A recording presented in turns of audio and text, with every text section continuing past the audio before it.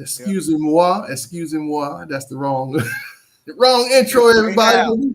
Because he will want to turn this into NASCAR forever. That's what it is. He deep down inside, he's like, nah, man, use the Commanders, baby. Usually when we go live, we do NASCAR. No. All right. Yeah. You don't know who you messing with. You don't know who you messing with. You don't know. You don't. I run you up and down the Serengeti. Heads ain't ready. I chew you up and spit you out like chicken confetti. My rhymes are heavy like elephants, stomping your regiments, dismembering all your limbs, ripping your ligaments. I break you down to an atom, change your chemical structure, roots and culture. You don't wanna fuck with this brother. I'm like a time bomb or a fresh can of whips. And stylus plexiglass got you face down in the grass, ready to blast. Sticky for your jewels and your cash. Call me Robin Hood. Take the loot back to the hood. I wish you would try to retaliate. I wait like a sniper, beat you like Street Fighter, heat you up like a lighter. Don't need no ghost writer. Original skill, killing at will. Terminates career like the pill. This is real, not no fiction. Came up for my jurisdiction. I'm liver than you, whether freestyle or written, hitting hard like a hammer, like a natural disaster, like a hurricane. Plain and simple, bringing the pain. Won the battle. What? I'm ready to do this. Beat your ass like Lennox Lewis. Play you out like Parker Lewis. You must be foolish. All right, ladies and gentlemen, we are live. And it's really because we couldn't get together on Thursday. Time waits for no man. The clock outran us. And so we didn't have a show on Thursday. We have it live today on Saturday morning, which seems to be all right. We're going to start the season off right next week on Thursday. We're going to put a show together. We're going to do all the good stuff that we do every year. And we're going to get this thing out before the actual game comes on Sunday. So we got it going on now. Here we go. We're starting up again. New season, new time. And we're bringing on our new fella here, Mr. Biggie Steve from the streets, man, our street reporter. What's up, Biggie? He's down there in Atlanta right now with the scouting. The dog running around and the kids. Intercontinental street man. Hey, you know me. I'm all over. You never know what. So today, man, we're going to talk about a little bit about Noah Brown. Noah Brown is our new number 2 wide receiver. He comes in automatically at number 2, I think. Are we right about that? Because we needed something. We needed something. This dude's a hard fighter. Got the pause mark on. Okay, what's going on? Pause. Make it happen. Just so this could be interesting, I want to say that De'Ami Brown did his cliche De'Ami Brown, super practice, super preseason, super whatever. So your statement is that you're pretty sure that this guy is coming in to take his spot. Now, I haven't seen too much of the guy. It's been a long week at work. I haven't even had a chance to stop and pause till right now. So tell me more about Mr. Noah before I get that. Let's just clear the statement up. I'm saying that he already has this number 2 position. Not coming to take De'Ami's number 2 position. I'm saying the dude comes in at number 2 because we needed somebody who actually can run patterns, run the route tree. De'Ami's good with the deep passes. He's you don't see him cutting. You don't see him doing too many routes running. It's more about clearing out or going deep, which is fine. He's getting better at the other stuff too. But Noah Brown is more of a possession type receiver. He's not a burner. He's 6'2". He's about 240 something, isn't he? About 240. It's like 220. Yeah. Well, that's even better. But he's not fast enough, but he's a possession receiver. He got strong hands. Well, Deacon, he's not slow either. He's not slow. No, he's a bigger Jahan Dotson. There you go. Yeah. With probably better route running. Yeah. Right? There you go. Well, he's a little bit more explosive than Jahan is. Yeah. I mean, he can get off the. He's not worried about getting off the line and stuff like that. Right. So he gets off the line. He's more stronger and just better blocker. Better blocker too. This more all around player. Jahan maybe got him on the quickness. Maybe, and Jahan may have better hands than he do too. No, this dude got strong hands, man. You should watch the tape from last year, man. With the Titans, he was catching everything. Yeah, he was. He catching wasn't with the Titans. He was No, with Texans. Texans. Texas, yeah, last you know year. what I'm talking about. Yeah. And before that, What's up, Marcus? What's going on, Marcus? Yeah, he was. So listen, it was a good pickup. We needed somebody. He was the best one out there, so he should be up to speed by the end of the week, which is good. We need to get him on the field, man, because we really didn't have an answer at number 2, and now at least we have an answer. Whether it's the correct answer, we'll find out. But it is an answer. Doesn't matter at this point because he is a receiver, and our receiver core was questionable. You know, so adding anything is positive, right? Well, the issue with Noah Brown is that he had some great games. He typically gets injury prone. Yeah, that's the bad part. That's the reason why the Texans let him go, because they had 4 great receivers, and he had 5 great receivers, and he was the one to get a little injury prone. Yeah. I think he had 2 games last year where he had 200 yards, like 400 yards in 2 games last year. Yeah. He exploded against Tampa Bay. It was one of the teams he exploded against. Yep. Tampa Bay. We exploded against Tampa Bay, in which we about to play Tampa Bay. So he's very familiar with Tampa Bay. So the coach said he won 2 games by himself. Basically by himself, he exploded. So he had 2 games with 200 yards. Yeah. So and he's very familiar with Terry. He was a complimentary Ohio Stater with Terry. Him and Terry was a part of the same draft class, and played ball together. So him and Terry were about the same age. He was the bigger receiver. Terry was a little bit smaller receiver on the Ohio State team. So they very familiar with each other. And he's just a professional, basically a professional. Exactly. Let's welcome in Mr. Garage Gym Life himself. Look, he coming in hot. Coming in hot. What's up, John? What's up, baby? Let's get this thing out the way, man. Nice now. You've been using my name in vain for the past 2 weeks. He's been waiting, baby. He's been waiting. Let's go. Listen here, Albert.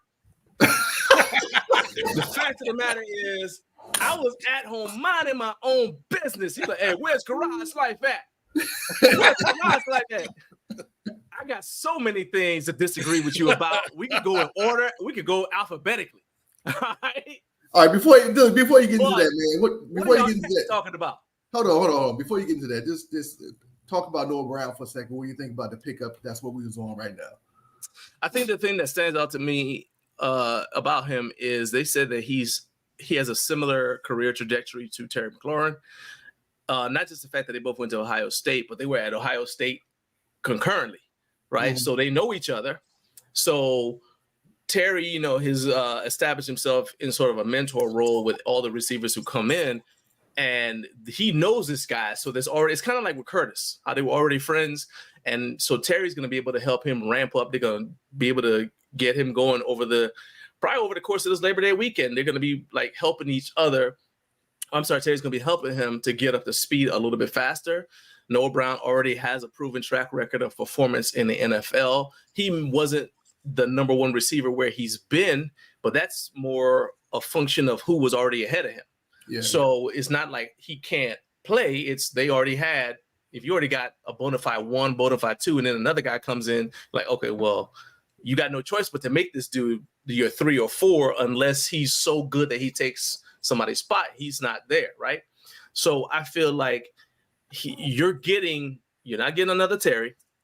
What you are getting is someone who's probably a good complement to Terry. He's good enough to distract from Terry so that he and Terry can both eat. And then you've got Diami and McCaffrey, who can also serve to basically give Jaden more targets, right? So now we basically now have a full actual wide receiver room, whereas before we had Terry and some other dudes. Mm-hmm, mm-hmm. So that's what I think. Yeah, that's cool. So now that we got our trainer and our street reporter on, we got a full complement this year of information that's going to be coming from everywhere, every corner of the screen. So Biggie, your thoughts on Noah Brown, real quick, so we can nip this in the bud. Is he coming in at number 2, or is he coming in just to fill a roster spot? I gotta agree. I think he's coming in here to be a number 2. I think he does, give a distraction for Terry and open up others in the passing game for McCaffrey, and also open up for maybe a 2 tight end. I think also the way Brown has really, came along. Like I said, he's with the Texans, and he also came through Dallas, and he's put pretty good numbers up against the Commanders in past against, playing in Dallas. So, he's familiar a little bit with the Commanders. So he kind of, the old Commanders, but he kind of knows the NFC East in a sense. So I think that gives him a little bit of a heads up of knowing what he's going to be working with. So I'm actually happy to see where this is going to take us, because I like the way Dotson played, but again, I just didn't think Dotson was up to par, especially having the year that he had and the stuff coming into the season, the way he felt he was a little bit unsure about himself. Mm-hmm. So yeah, that's not something that you really, Biggie, I don't believe I'm hearing this from you. I don't believe you saying this, Biggie. Not about you, boy.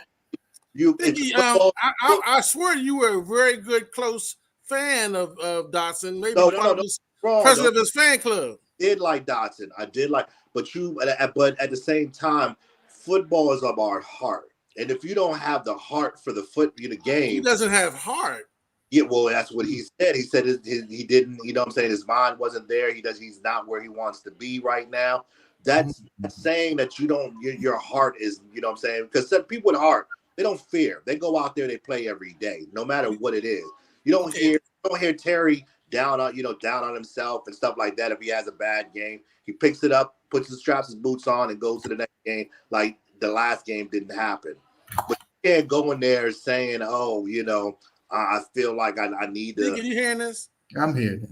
It's okay. It's okay. I get it, but at the same time, I'm happy that Dotson, goes to another team and maybe he can pick up the pieces. Pick up the pieces. Pick up the pieces. All right. Very good. Very good. Hey, so Trey, Biggie, go on. Hit the stop screen, because we got a battle royale about to come on. Okay. Hit the stop screen, Biggie. All right. Yeah. So no, I don't want y'all to go anywhere either, because I need witnesses. We here. I need witnesses. No, we here. All right. We want to focus on what's going on. First of all, Al, here's the thing. So you called me out, said, "Well, where's Garage Life at?" when you were talking about a receiver who I never endorsed, Jahan Dotson. I never endorsed that dude. I do think he's a good player. I think he's a very good player. But my views about Jahan Dotson is they got Jahan Dotson to replace Curtis Samuel because they weren't sure they're going to be able to re-sign Curtis. Then they ended up re-signing Curtis. Well, now you got Curtis, Jahan, and Antonio Gibson, who essentially did the exact same thing. Curtis was the best one at all of those things. And so Curtis is the one who thrived. Jahan was just kind of there. I think that Jahan's main problem is he didn't really have, and I think to a certain extent he still doesn't have his offensive identity. He doesn't really know who he is as a player, in my opinion, because he's like, all right, well, I'm going to bulk up, gain a little bit of weight. I remember last season he's coming in and everybody's like, oh, he bulked up a little bit. So, he should be better because he got injured trying to play the way that they try to use him, which was basically the way they're using Curtis. So he comes in last season, he's a little bit bigger. Well, the problem with getting bigger is you throw off you have to get used to how your body performs now at a heavier size. And I'm not sure that he didn't actually mess with his speed by getting bigger, by adding muscle. You know what I mean? So he's less effective. Eric Bieniemy sucks.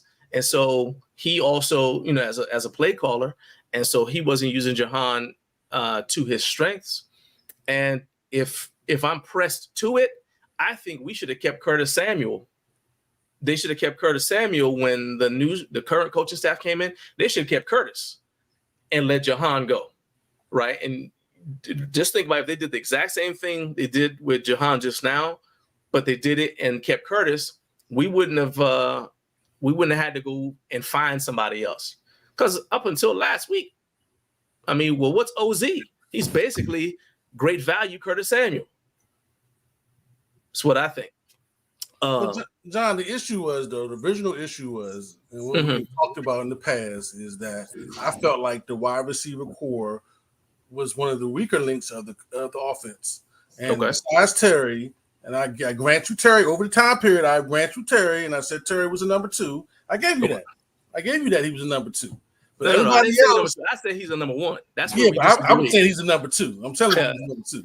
And but I grant you that Terry was a special player. I think that was the grant I gave you. That Terry was a special player. Yes, you said he's a special player. He's a special player. But the rest of the guys are just average, including Dotson. They were just average. And and be honest with you, what I see now, even with this pickup from this young man that we just picked up from the Texas, we still have a very average wide receiver core with a number 2 receiver. All right. So my basic argument with you is that you're arguing with me about something that I'm not arguing with you. I'm at the house minding my own business. I never said we had a great wide receiver room. I said Terry McLaurin is a number 1, and he got a bunch of other dudes wearing the same uniform. That's right. You keep on trying to make it seem as if I'm arguing with you about these other dudes. I don't even know none of these dudes. You gotta teach me their names. You gotta teach me their names. Hey, John, we got you recorded. And you know you're being recorded, right? You know, yes. We can go back and we can pull some of this stuff up. Pull up the tape where I said Olamide Zaccheaus is an outstanding receiver. Now I want you to pull up the tape that said where I said Luke McCaffrey is a number 1 receiver because you said Terry's number 2, so somebody gotta be number 1. So pull up the tape where I said Luke McCaffrey is a number 1 receiver. Pull up the tape where I said Jamison Crowder is a world beater. Go ahead. I mean, hold on. I'm gonna have to pull up our dang depth chart because those are the only names I can remember. John, right. Honestly, assuming Peters feels like our number 1 receiver is probably in the college ranks right now. Maybe he's at Colorado. He's somewhere in the college ranks right now. That's assuming that's assuming he doesn't think Terry is the number 1. I personally feel the way Peters is moving, shifting around by him flirting with for the 49ers, he doesn't believe that Terry's the number 1. He flirted with the 49ers. There was dialogue going back and forth. And you know what I'm saying? So my question to you is hold on. When they reached out to when they did the dialogue with the 49ers said that they would give him Ayuk in exchange for Terry, and they said no. So if you don't think that Terry is a number 1, why would you trade him? Or why would you say we ain't trading him? I don't think Peters is in the business of weakening our team. I think when we gave up Dotson, but Ayuk has better stats on paper. Oh, Ayuk is a better receiver. Ayuk is a better receiver. You're out of your mind. Ayuk is the number 1 receiver. Ayuk is on a better team. You are out of your mind. There is no way that you can tell me who's that. What the heck is that? VHS tapes. What is that? Y'all getting hacked while I watch? Anyway, I'm saying that Ayuk, I think that Ayuk, if you look at who he is, he's never shown what Terry has shown without all this other stuff around him. Ayuk is barely showing with all that other stuff around him. Ayuk is just in a better situation.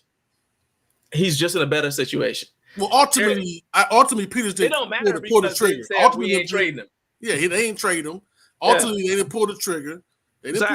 But I personally feel like, despite having more than enough money to pay that dude.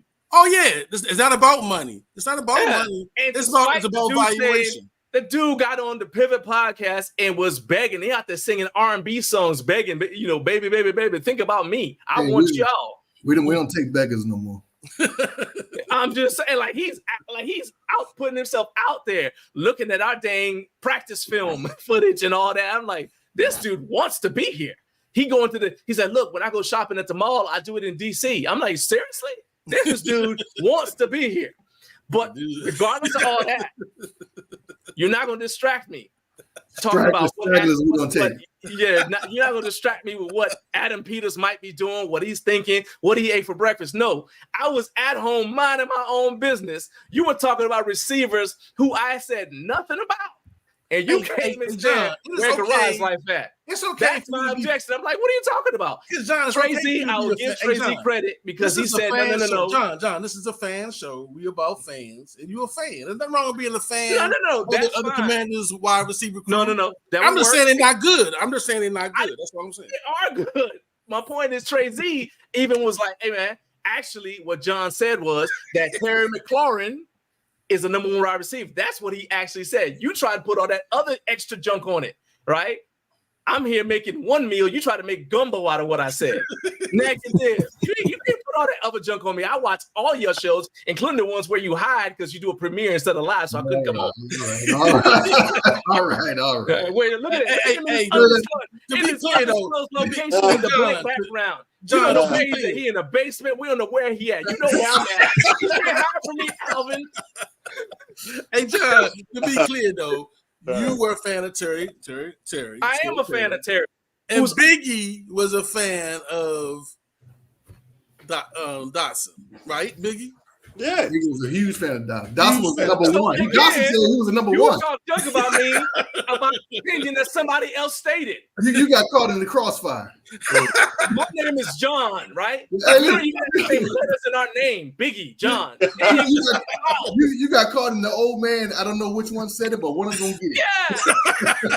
Over there with your blurred background, video hiding from people, and I'm here like, hey man, how you talking? Come bring me up. I'm over here minding my own business. Straight to a dang chat. Y'all had I texted Trey and I said, hey man, I'm sitting here waiting for y'all show to start like this, right?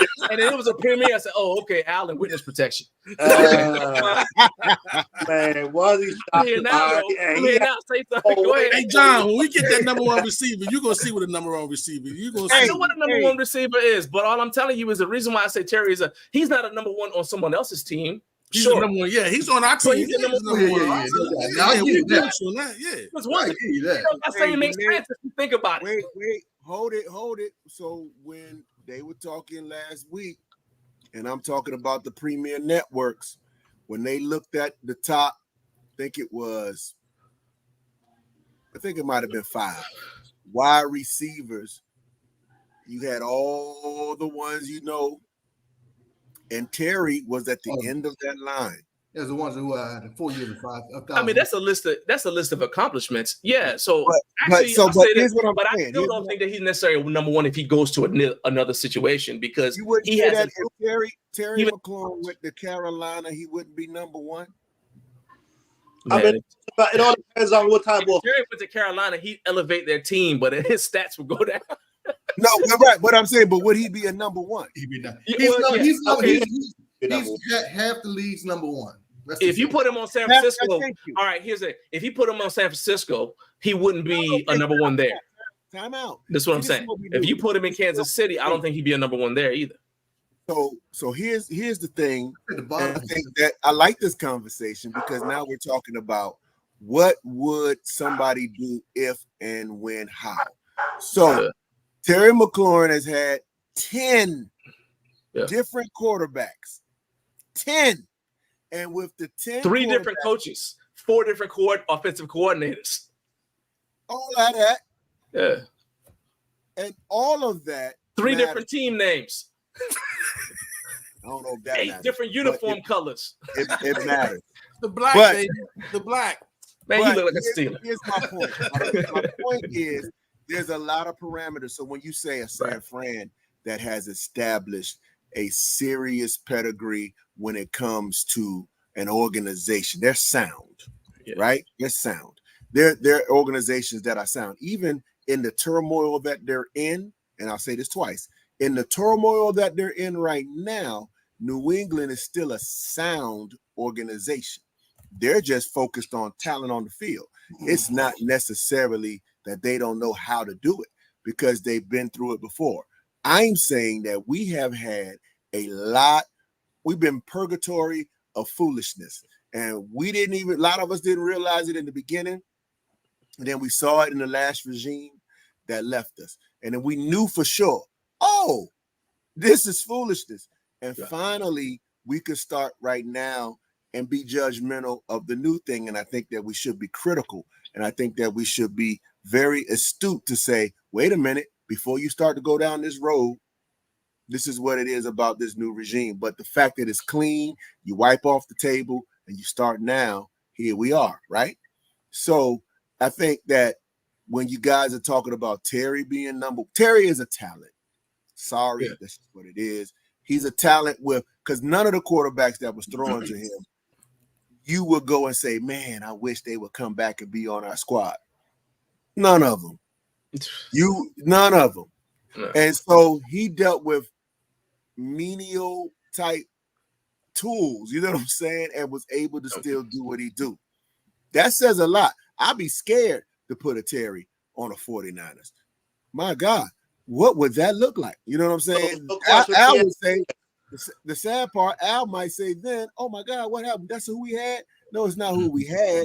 He just went to somebody, an organization who knew how to do it. We haven't had that situation.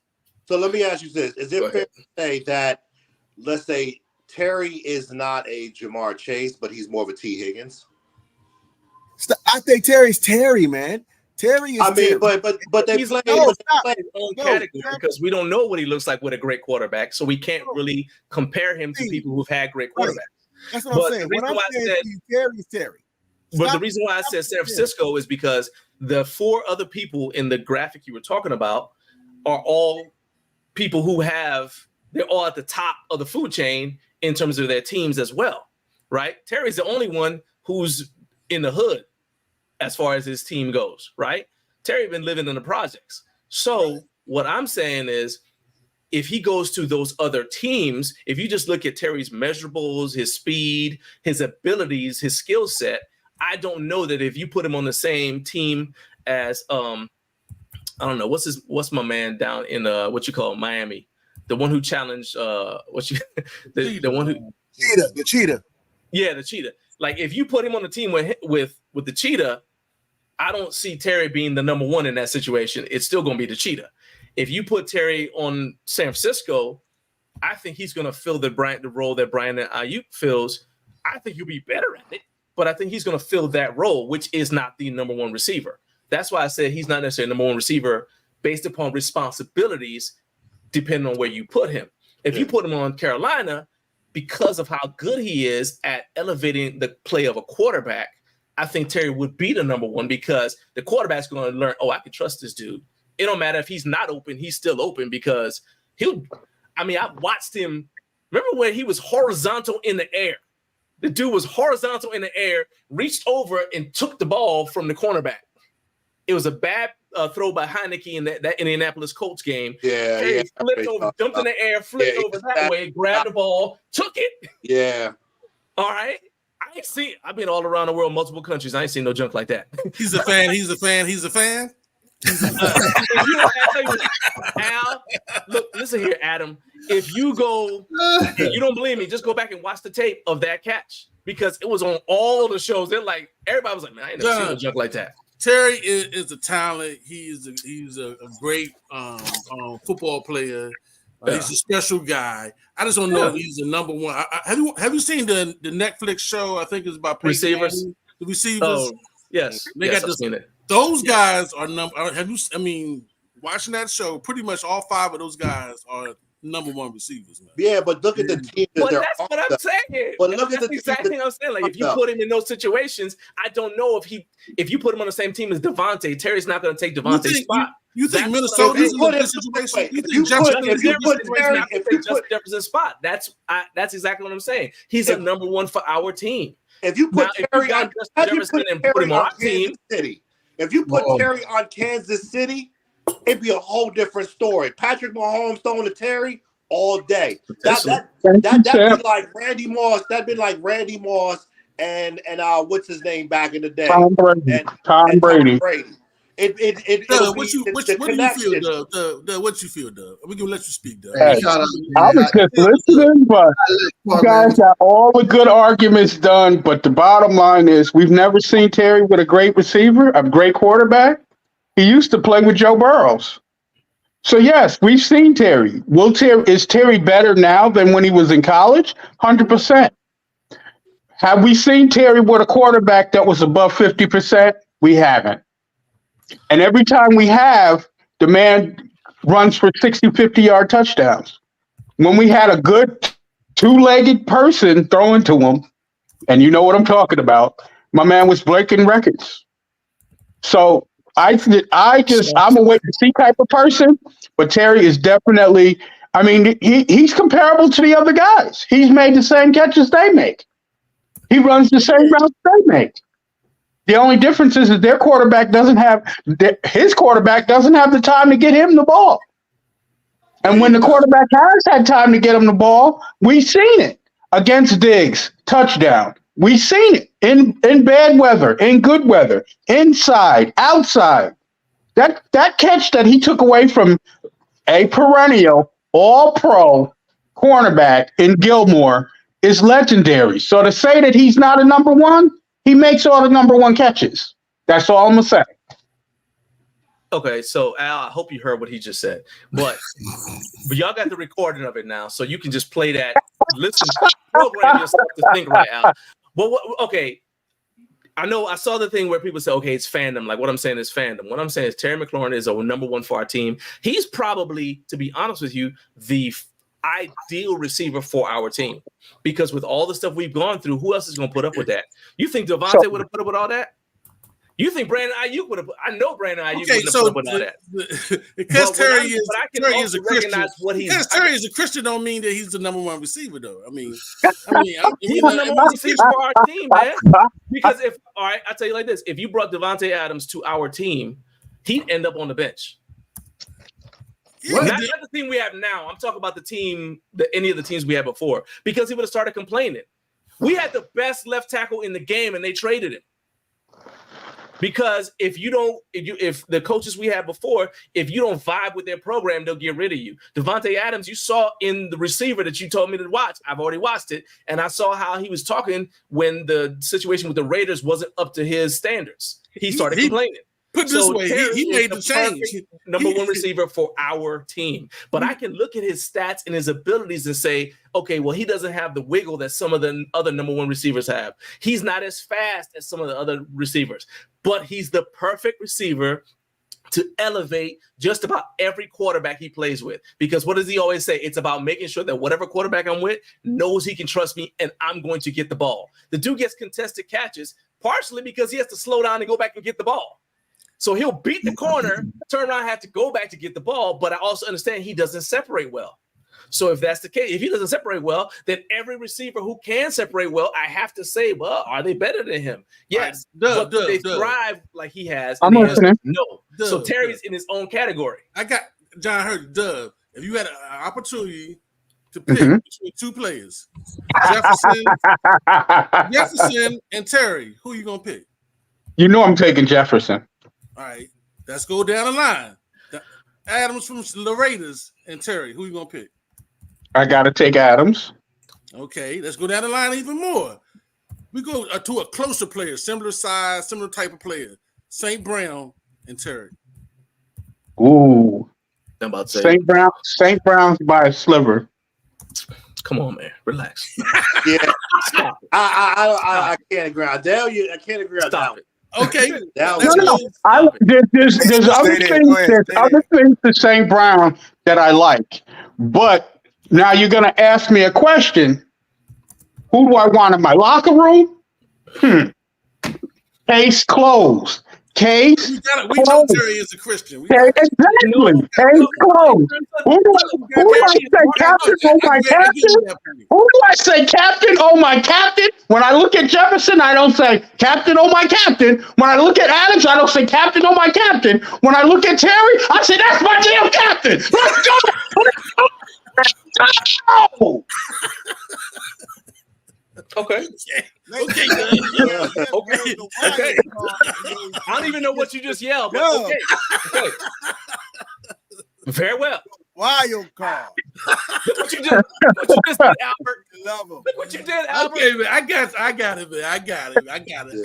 We agree to disagree because I'm taking I'm taking Jefferson. I'm taking St. Brown. I'm taking Chase. I'm taking a lot of different players, man, over Terry. I just am. Name one thing that Amon-Ra St. Brown does better. Because I want to win. One thing that Amon-Ra St. Brown does better than Terry. I want to win. Listen. I want to win. I love the Lord. Big Al. You sound like Lou Ferrigno in Pumping Iron. Big Al. I want to win. I'm going to take you back to a moment when Terry became Terry. We're driving. Now, forget the fact that we got the old stoic head coach. Forget all that. It's against Tampa Bay. Yeah. He catches that ball. He gets that hit. And he gets up and goes like this. The whole stadium went nuts. None of the people you name bring it like that, like Terry does for us. Doug, None of them. Doug, I'm going to counter that, Doug. What was our record that year? What was our record that year, Doug? And the stadium went nuts that one game, but what was our record? I get you, but we beat the number one team. You can't hold Terry accountable for the sorry coaching that we have witnessed. You can't hold Terry accountable for that. You can't put Terry accountable for Terry. Number one receiver like Randy Moss did not win games. Name one thing that Amon-Ra St. Brown does better than Terry McLaurin. You say a number one receiver wins games for you, homie. Name one thing that Amon-Ra St. Brown. That's not. You mean Terry ain't won us games? Are you saying Terry hasn't won us games? We don't have a winning record, but Randy Moss teams had a winning record except for the Raiders. Your quarterback wins games for you. That's true. A lot of things go into it. You could run the a lot of things go into it. What are you supposed to do? I'm taking Randy Moss, homie. But Randy Moss had. But Big Al, you didn't answer my question, though, Al. Big Al, you didn't answer my question. I'm telling you, I'm taking a number one receiver, homie. But Big Al, you didn't answer my question. He's not in that class, homie. But Big Al, you did. But Big Al, you didn't answer my question. You sidestepped it. What was my question? You asked me about some religious question. I like Terry as a religious leader. I like that. That's what I said.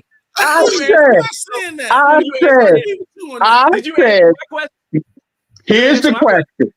Here's the question, Big Al. When he caught that ball, and the crowd went wild. Not just the crowd. Not just the crowd. You could see the people on the bench, because I got a picture of it. The people on the bench for Tampa Bay going, "Oh, damn." And so when you got your own peers telling you that that's a damn play, that's a damn play. And you made it against the previous Super Bowl champion, that's a damn play. Now, furthermore, my question was, when you look at those people you just named, Ahmad, Jefferson, you can't think of one play. Oh, yes, I can. You cannot think of one play that impacts, hold on, here's the question, that impacts a team the way he did that day. Did you watch the show? Did you watch the show? Did you watch the Netflix show? I did. Yes. Okay, so you trying to tell me that St. Brown did not impact the Detroit line and the whole Detroit family? Did you watch the show? Did you see what he did? I did. I thought we weren't talking about religion. Okay. Did you? So if you want to talk religion, he did. I'm talking religion. I'm not talking religion. I'm telling you, I'd rather take St. Brown. I'd rather take Randy Moss. I'd rather take T.O. I'd rather take Chase. I'd rather take Jefferson. I'm giving you names. I'd rather take Evans for Tampa Bay than we about to play. I'd rather say he's a Super Bowl winner. I'd rather take Evans now. But they all had quarterbacks, though. We're talking about special wide receivers. We're talking about special wide receivers. Wait a minute. If you, after a play like that, if you don't think Terry's special, then I'll just be a fan and drinking Kool-Aid. I've already said that Terry was special. So if everybody is special, what separates Terry from the special? And I'm telling you, he's not a special. He's not. Terry has his own quality, which is his leadership. None of the people you name, I would look up to and say that's my guy. Al, come on. All right, hold up. Before you say anything, Al, hold up. That's all I'm asking. Al, you said okay, you said all these players, Hey, you right? trolling. You said all these players. If put you know what I'm saying, put Terry, let's just say with a Tom Brady. Do you think he have more numbers or the same numbers? Randy Moss has going to have better numbers always over Terry, no matter who his quarterback is. I'm not talking about Randy. So Randy Moss numbers is going to be better than Terry's numbers. You dodging. I said you put Terry. I gave you an example. I told you Randy Moss is going to have better numbers. I'm not talking about Randy. I'm talking about Terry. I said if you put Terry Randy with Moss Tom is a Brady. Is Randy Moss the number one receiver? Tom Brady. What's Randy Moss the number one receiver? Oh, why do you keep dodging the bullet? Why is Randy Moss the number? Is Randy Moss the number one receiver? Thank you, Dove. If you put Terry with Tom Brady, would he have the same numbers or more numbers? He won't have as good as numbers as Randy Moss. My God! Here's what I tell you what. I'll meet you halfway, Al. I'll meet you halfway, Albert. Look. If I think that this is a discussion that we could revisit after the season, because now we agree that Terry probably has competent quarterback play, and probably we're still speculating that he has good coaching, right? The reason why I say we're still speculating is because none of these dudes, as much as I respect and believe in them, none of these dudes have done anything here. They all done junk elsewhere, right? So, correct. In terms of everything that we've seen, Noah Brown included, everybody you named, in fact, Bobby Wagner, everybody, none one of them has done anything on this team with this scheme and this coaching staff. So we're still kind of projecting. So I'm willing to argue with you. I ain't gonna forget, I promise. Next summer. Hey, hold on. Let's answer the question here. Does it really matter? To be old number one, are you the one that has to make the touchdowns? Because Terry don't make touchdowns all the time. Number ones, they in the red zone, those are the key guys that really come and shine. You know, those are the guys that you see make it. Like I was watching Colorado yesterday, and I was noticing that Hunter. Yeah, Hunter. No, I'm talking about number 12, Terry. That's Hunter. That's him. Uh-huh. Yeah. He wasn't even on the field until he got into the red zone on the offense in the beginning. He made just a spectacular catch. You know, I don't even know how he got it. He got lucky to do arm wasn't in between his hands or something, but it was a beautiful catch, man. And I was just thinking that they put him there because they know you're going to the guy, but you can't stop him. That's the definition of number one receiver, right? So in the end, the red one of the zone, definitions. He's not holding up his part of being a number one receiver, a number one target.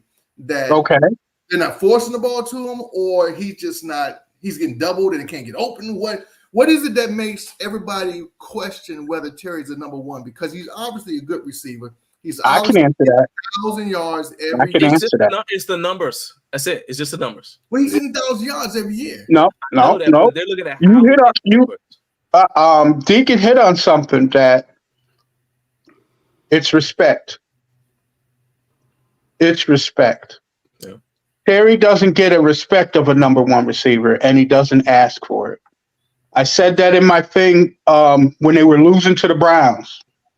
The Browns found their number one receiver, and we couldn't find Terry the whole game.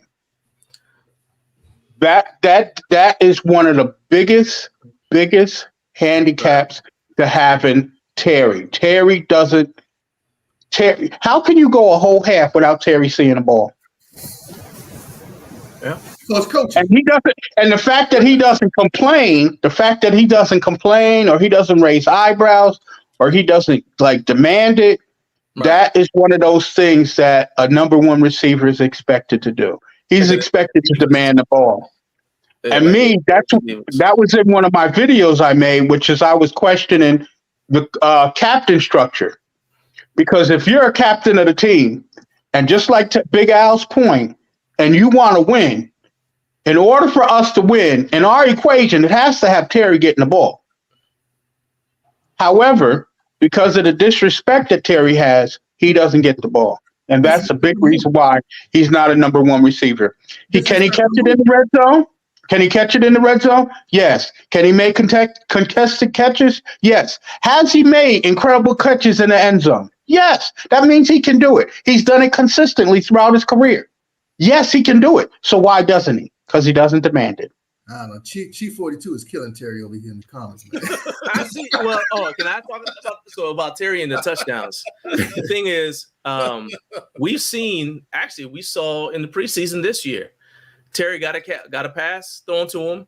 He heads to the end zone, immediately gets tackled by a dude who should have been blocked by another receiver.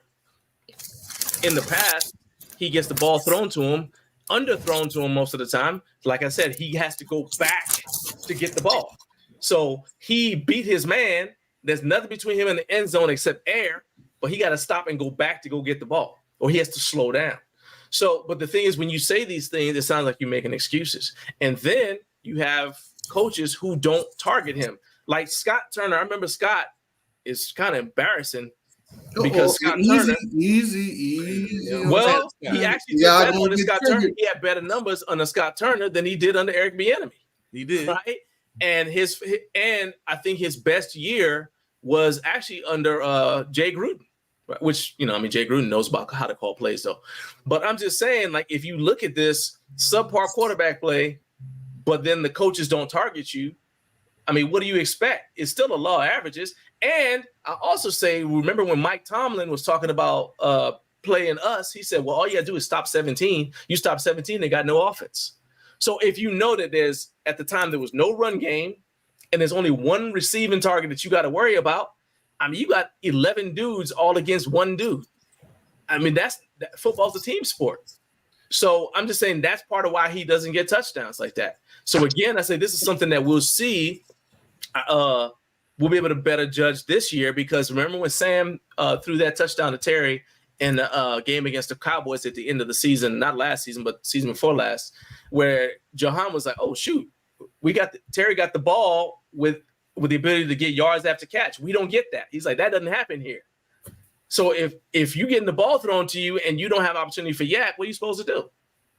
So, but I do agree with you, Doug, that a lot of it is he doesn't make the thing that made him perfect for our team also holds him back, because he doesn't make noise. The squeaky wheel gets the most grease. That's true. That's just what I was going to say. That's what I was going to say. Is it because he doesn't demand the ball? Yeah, is that part of his? Yeah. Is that a negative part of the negotiation? Yeah. No. I'm saying, but that can be good and bad. He's good in the because he's not aggressive. He's not overbearing and stuff like that. But on the field, he needs to be more aggressive and say, "Hey, listen, I need to go." Yeah. Well, you can't criticize in one moment, say that he's a Christian and say that's a bad thing, and then the next moment say that's a good thing. No, I'd say it's a good thing in the locker room, but it's not as great on the field. You don't need Christians on the field. You need football players. Because you want to win, right? First of all, I know some aggressive Christians, all right? Wait a minute. Everybody they carry purses. Pull up. I'm just saying, you don't want to smoke with them, all right? Pull up, John. Pull up. Listen, here's the thing.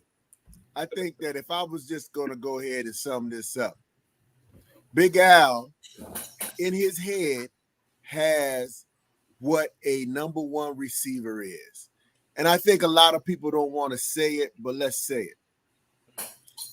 Most teams are looking for somebody over 6'2", a 6'4", 4'3" running, sticky hand is a number one receiver regardless of who their name is or where they come from. If he can catch the ball, run 4-4, and is tall enough to get up and get the ball, if it's a bad play, that's it.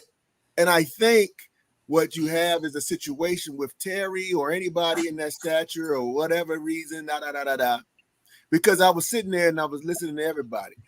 I remember Detroit was the scourge of the NFL, but Megatron played. And what was Megatron? Number one receiver. Megatron was a number one receiver. And it wasn't because he was playing for a good team. It never showed up anywhere, but anybody would have took Megatron because he ran a 4.4, he was 6'4", and he fit the bill. It's kind of like the lineman. You got a lineman. If we get linemen for Washington, they're like, he might be too small. He doesn't have enough weight. This, that. A lineman is 350, can run a 5 flat, and could bench 400. That's what we want in a lineman. It don't matter if he ever played football or not. That Bamba could come out there coming from playing Parcheesi, and they will put him in there as a starter because he can do those things. And I think that is what we are talking about, gentlemen. We're talking about what the position asks for versus who the player is. Because I am always right. Oh, there you go. Wow. Crazy Mike drop. Yes, Terry will get more touchdowns this year to answer Chief 42. He will. Yes. He will. He will. Because he's shown that he can get, like when he has good coaching under Jay Gruden, he scored. So yes. Never say that in 2 Not words. just that. We know that they're not gonna have the same. You're not gonna have Gates at center. Head coach. Yeah, well, I don't know. That's right. That's right, Status TV. Exactly. We're not gonna have position flex on our guard. That's why he's gonna catch more touchdowns. We're not gonna have position flex. Hey, man, Todd is gonna stay as a guard. Ron is gone. Okay.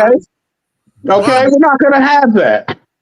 Right. We're not gonna take Bill. We're not gonna take Bates to block Joey Bosa. Okay, we're just not gonna have that kind of coaching, and that's what we had in the past. Well, that's true. I mean, all this So stuff. yeah, he's gonna catch more touchdowns. All this stuff, but to say the one thing though, I think the receiver core is slightly better with the pickup that we picked up on. Was it Thursday? That was a nice pickup. It was a nice pickup. It's slightly better. It complements Terry a little bit better. You know, And I think they like him in that punt game though. Before you go on, Al, we didn't even pick him up on waivers. We waited till he cleared waivers. Oh yeah. So it wasn't even like we had to jump on him right away. He's a 7th round pick. He was a 7th round pick. So it's not like he was in demand, but he was the best one out. He's a guy. He's a guy. But he's a number 2 guy. Yeah. So we have a core of wide receivers. Time, I mean, I like him, but I'm also keeping myself realistic about Noah Brown because his stats in the league, they haven't been like. Oh, he can disappear. I think it was more special teams lean than anything else. To get you some special teams. No, he can't. Special teams he can get broke up. Receiving core in Texas and the Texans, I think there was more options to go to. That's why he wasn't getting as much, attention that he would. Because I mean, the receivers in the Texans, everybody can eat. So I mean, I just think he was like not saying he was third in line, but he was third in line according to other, you know what I'm saying. And then being that they just brought in Stephon Diggs, they knew he really wasn't going to eat, so they decided to let him go. Yeah, but they let him go. They didn't try to trade him. You know what I mean? But at the same time, they were talking about they should have kept him over some other receiver. But again, it just happened to go our way. Maybe, you know what I'm saying, the luck of the draw. Well, listen, this week we're going into the season, man. We're going down to Tampa Bay. What do y'all think about that game? I mean, because we really don't know what we have until after that first game is played, full game, 4 quarters, all our starters on the field. What are we going to look like? Can we double Mike Evans and not let him go one-on-one against Forbes? Can we do that? That would be nice. Can we do that? We'll see. Can we do that? No. Hold up, Doug. So let's draw the line right now with everybody before we go any further. You just sat there and you were like, yeah, it's not going to be the same. We're not going to have Bates covering Bosa. This because of coach. And then you asked the question and said, are we going to have Forbes on so-and-so? Oh, my goodness. Actually, can I defend Forbes for a second? Okay, but before you do that, okay, are we going to defend coaching or not? Because what my thing is, because this whole conversation is You're fair. That's fair, Trey.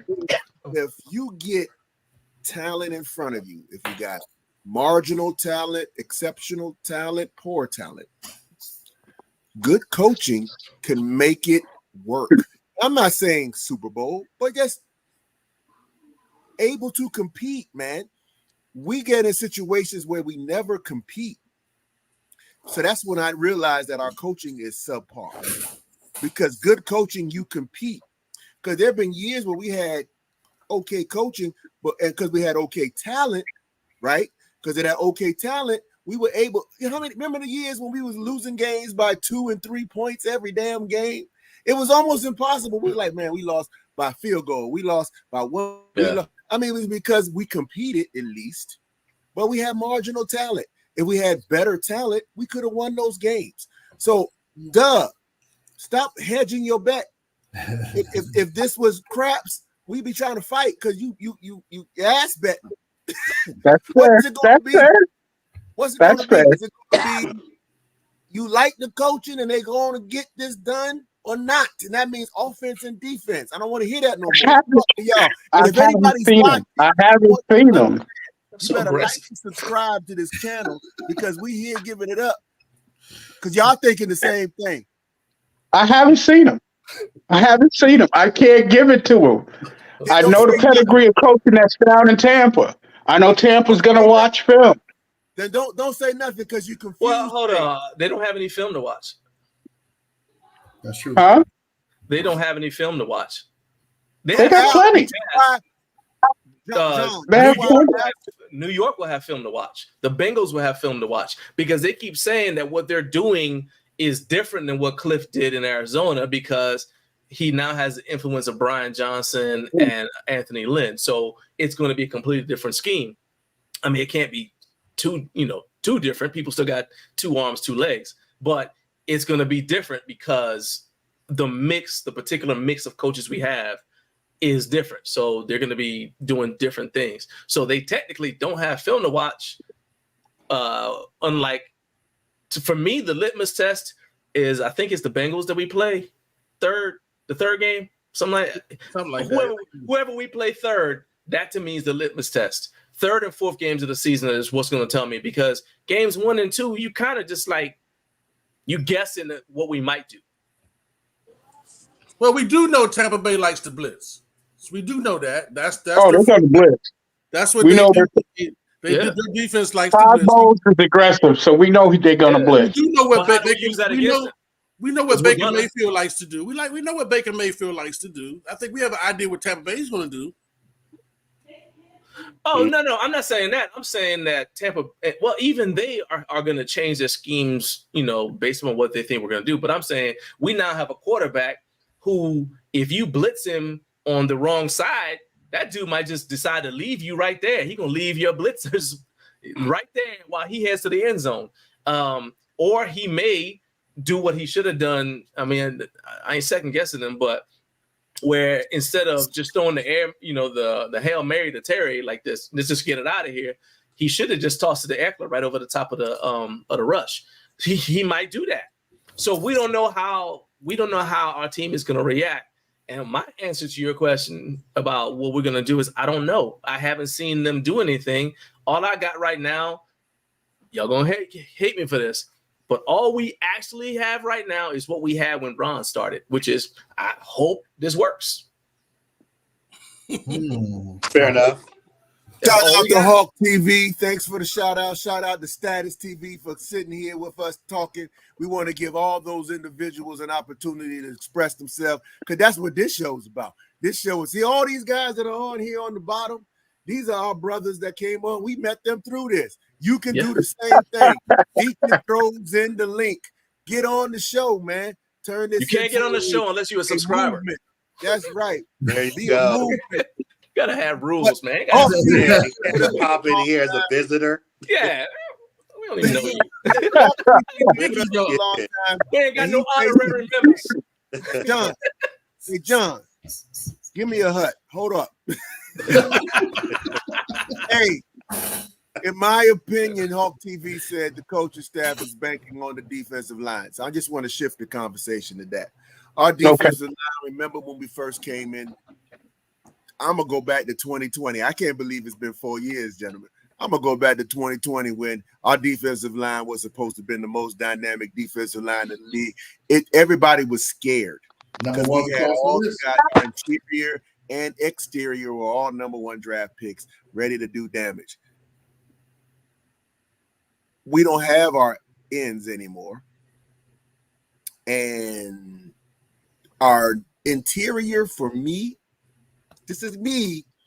These 2 guys, I love them. Don't get me wrong. But I know one guy from the Rams who by himself used to by himself. I don't care who was on the other side. By himself used to make pressure. So I'm trying to figure out what is going on because we're going to need our defensive line, gentlemen, as Dub brought up how our cornerbacks are. You know our cornerbacks are suspect, right? Al's wiping the sweat off his brow as I speak. Thank God, Aaron Donald, thank Hawk TV. See, Hawk TV know I'm old as crap. He knows I needed that name. Aaron Donald did it by himself, and we had 4. Now we got 2, and we still don't. We better see pressure at some point, fellas, because it's like it's not fair. What's going on? What did he do that was so magnificent? You know what I'm saying? I mean, come on. So all I'm saying is this. Here's my question to y'all, so you have clarity. Going back to Hawk TV, is our all defense, because our offensive line is suspect, and we already know what's going to happen with that. So go ahead and get ready to do whatever you got to do to make it through the game. But our defensive line, do you say on an A to B scale, A to E scale, what would you rate our defensive line as far as what they're going to do this year? You know, that's an educated. He go A to E. God, I had to count the numbers. Hey, Deacon. 1 to 5. Deacon, shut up. Hey, well, I'm gonna say this though, Trey. To answer your question, Trey. Anything's better than the last place that we were last year. I mean, we were last place on defense last year, right? We all know that. That's the statistics say that our 4 wins and rest losses put us in last place. We were last place defense in the NFL last year. So anything's better than that. But to say with different coaching, and we know Dan Quinn and the things he's done in Seattle, Atlanta, and Cowboys, we know his history. We have to be better than what we were last year. Now, are we going to be the people eaters from the Minnesota? Are we going to be the purple people eaters, or are we going to be the doomsday defense, or whatever? I don't think so. But we got to be better than what we were last year. Or if not, we do know our general manager will get rid of you. You know what I feel like our defense is almost similar to the one when Leonard Fletcher. All he wants is a pick. All he wants is a pick. Where's Pick anyway? Where's Pick? Pick around here somewhere. But I do think defense reminds me of when Leonard Fletcher first got here, though. You know what I'm saying? That's what what's his name kind of reminds me of coming in here. We got that. We have that Pro Bowler / Hall of Famer type linebacker. So I think, and then we have Jeremy Chin, the safety. We've got Luvu. I mean, I feel like this defense here. The names sound better. No, but I mean, you got Pro Bowlers. You got Pro Bowlers in here with actually the sense, not like a Chase Young or don't get me wrong. Those were great players. But I think with great players, I mean, they have what's the word? More. I think they've been more battle tested. I think they've actually experienced just a little bit more because let's see, Jeremy Luvu, they've gotten to the playoffs with Cam, didn't they? I mean, to the playoffs with Cam back in the day. We already know what what's his name coming from Seattle is and the Los Angeles Rams. I mean, you already know what brings to the table. I mean, we have players that actually have played for something. There we go. We have players that have played for something instead of players just playing. That's it. Hey, real quick, let me jump in here. Hawk TV, I don't agree. Hawk TV said John Allen and Deron Payne are Aaron Donald. Now, are you saying combine their Aaron Donald? Because they're not Aaron Donald individually. Because 2 Aaron Donalds on anybody's team, no offense is now talking about this ain't fair. The league is changing rules if you have 2 Aaron Donalds on the line together. Are you saying, Hawk TV, that these are combined? Then yes. If they are not, then I don't agree. I just wanted to say that. What's up, Doug? What you feel about it on the defensive line?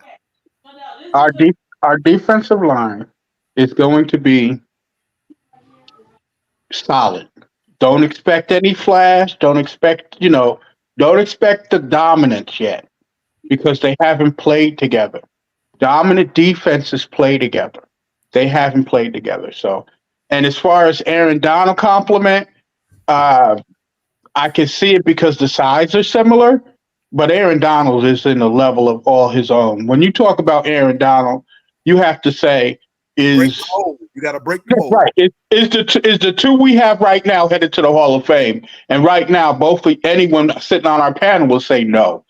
Right. Aaron Donald is by himself. So comparing them to Aaron Donald, I don't think that's even close. But comparing them to the rest of the league, the league that I would like our line to look like, and I would want to see if we're close to, is Indianapolis. If we can get the same results as in Indianapolis, I'm going to be happy with that. John, go ahead, John. John didn't give his opinion. Deacon, slow down. Dang. I hadn't said nothing in like 20 minutes. I'm sorry. Light skin privilege. Go ahead, Deacon. That's right. Listen, you know what I'm talking about. Anyway, go ahead, John. Go ahead, finish it. All right, so number one, we didn't have for in the year you're talking about in 2020, we had 3.25. Well, we had 3.5 defensive linemen. All right. Then every year after that, up until this year, we had 3.25 because I don't see Chase Young as anything except an outstanding Jeopardy contestant. That's it. That dude, he stayed hurt. He's a cancer in the locker room. Everybody's supposed to be going this direction, and Chase Young's going over there. Everybody's like, where's he going? I don't know. Well, let's just figure out. That's just what he does, right? So he had, like he talks about Sean Taylor used to just freelance, but he had the talent to make up for it and to justify it. So Chase Young had the desire to freelance without the talent to justify it. So with that being said, I think that we are going to see better results from our defensive line this season because we actually have a great linebacking core behind them to make them right, which is what good linebackers do. They make your D linemen right. So if they mess up, they're going to seal things. And then you've got safeties who can kind of fill in the gaps where they can roam the field and attack trouble spots as necessary. So I actually believe that assuming everything works out the way it's supposed to, our defense should perform not just above average, but potentially exceptional because we got a Hall of Famer on the field.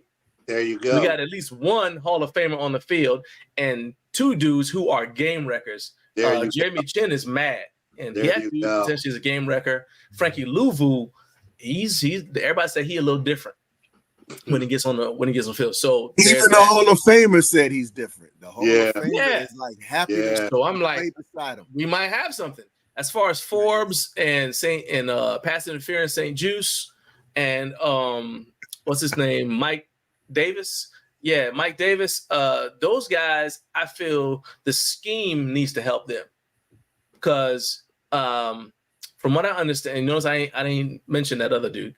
So for me, it's like if you have a zone scheme, then you can kind of make up for each other's deficiencies, and I think that's where I don't see us being able to play man with anybody. I don't see us being able to play man with anybody. I think the league is leaving man because of so many great receivers. It's hard to play man when you got so many great receivers. Yeah. Like when you look at the Eagles, they can put 3 great receivers on the field. When you look at other teams, they can put 3 great receivers on the field, like the Bengals. So I think the spacing of the game is changing how they can play more man-to-man. But, I mean, also St. Juice is slow. That's why he gets so many penalties because he's slow. You blow right past him. He'll panic. He doesn't know how to get himself back in phase. And so then he'll just get pass interference on you because he's like, I'd rather get pass interference than just let you have a dang touchdown. But isn't that what talking to Big Al, isn't that a smart move? Though, but that's every play though. So I'm just saying. I mean, Sanders still looks like he's going. Sanders still looks like he's That's what I would do. I'd be like, Oh, I pass forgot about it. Sanders. I apologize. Yes, you are correct. Sanders still. He's our best cornerback. I believe he's our best. Right now, That dude's our best. A lot of things. He's our best cornerback. That dude our best. A lot of things. Yeah. Because I mean, he actually Sanders still elevates the team.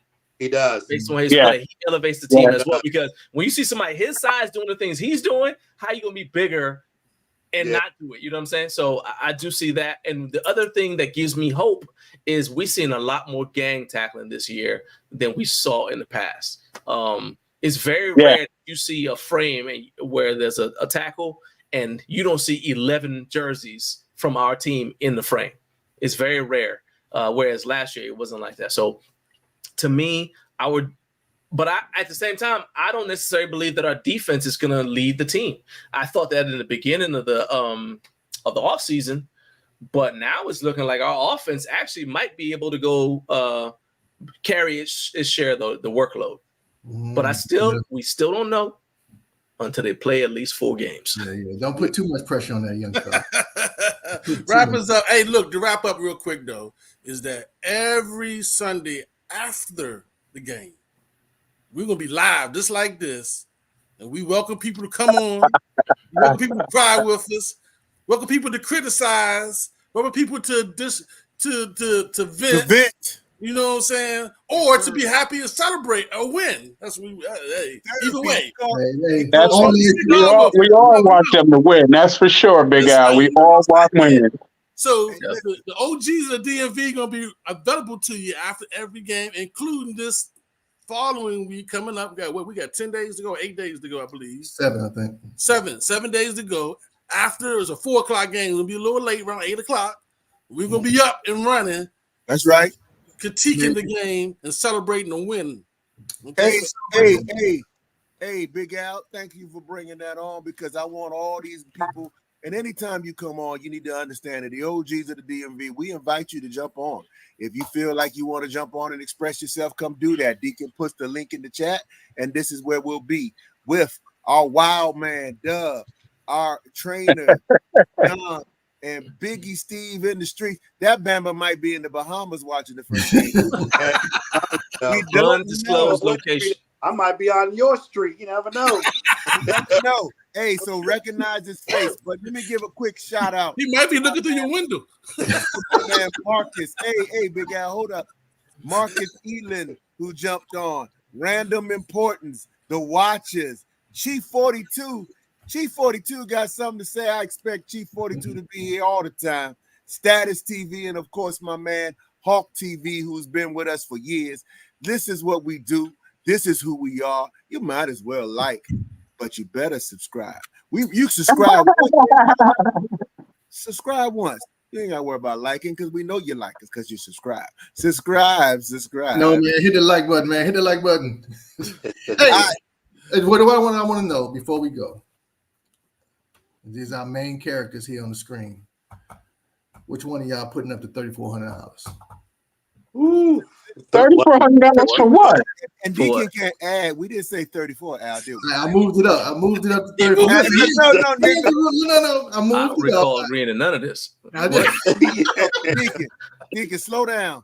Deacon got a scam going on. You know how the young sound like it. I missed the pre-show meeting. What? Deacon need a roof on his house.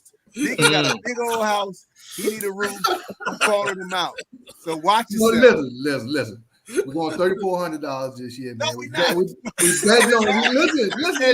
We're betting on that. What? You keep saying we. 1,700 seems like a little low. No. All right, let me get through it first. Let me get through it first. Okay, I'm gonna scratch this out here. I'm gonna put 1,700. Y'all, stomach started hurting when I said 3,400. $1,700 is there. We're going $1,700 every game we betting on. Every game we betting on of the Commanders. You got to put at least $100 down there every game. Doesn't matter who you vote for, Commanders or whoever we playing against. We're going to go with the spread. Al's going to keep the spread. Trey's going to keep the wins and losses. And I'm going to add up the money. All right? Now, you listen. You're going to have to go on the schedule now. You're going to have to tell us what you're doing. You can't just come up Sunday after the game and be like, hey, I picked that one. You gotta be on. You got to tell us what you got going on. All right, $1,700, $1. I mean, $100 every game at least. Now you can go up to how much you can pay all 17 on the first game if you want. Doesn't really matter. That's okay. And to be clear, we talk about fake money now. Just to be clear, it's fake money. It's virtual. It's virtual. Virtual money. We talking about virtual money. Virtual digital money. You gonna get on the Actually, comments. it's OG money. Hey, let's call it what it is. We talking OG money. There's a lot of sketchy. Hey, John. That's right. John, there you go, John. First of all, you keep saying we like we French, and then John, we started at money. Now we have Bitcoin. I don't. John. Let me make sure we're talking. So, us three right here. That might be real money. The you guys, we want you to play with us, and Pause. that don't have to be real. So you could at the end of your game, when we get to the end, and you say, "Hey, I won it all." Yeah, you won it all. Good for you. That's for you. Congratulations. So for us, you might see a blank screen at the end of that because a couple of cats had to spend their money. And there's one dude. Hey, it might be one dude. Big Al might be on there by himself. DMV's supposed to be on by myself because Bama's is broke. Because we had to pay that Bama. So he got to do the show. So listen, so you might not want to get involved with that, but there is 2 tiers. So I'm saying, so to all y'all understanding, we talking money. And it's going to be on the comment section, y'all. On our we're not the comment section. You got to be we're on not the comment. doing Before the game, you got to put your money up. Yeah. Right. And we don't promote gambling. We don't promote gambling. So if you have a problem, 1-800-GAMBLING. Say it again, Deacon. Say it again. That's right. 1-800-GAMBLING. You can get yourself right. Disclaimer. Hey, but at the end of the day, we just want to make sure that it's something. So when y'all do come on and a person is on there said, "Man, if I had really bet real money, I would have had $400 right now." Just something that we can say. But at the end of the day, we just having a good time, man, because we do want y'all to come back. And we enjoy all the individuals who I mentioned and all the individuals who didn't put their name or didn't comment and who is watching this show. We do appreciate you and our brothers down here that are now a part of our family. We want to thank Big Dub and up there, and they're all over the place. They from different areas and different states. John and Biggie Steve local. We are here, man, and we want to do this for you. Just 3 guys on the couch, sitting down with a dream and an idea. Big Deacon said, "Let's talk on YouTube because of the pandemic." And we said, "All right, I guess." And we started.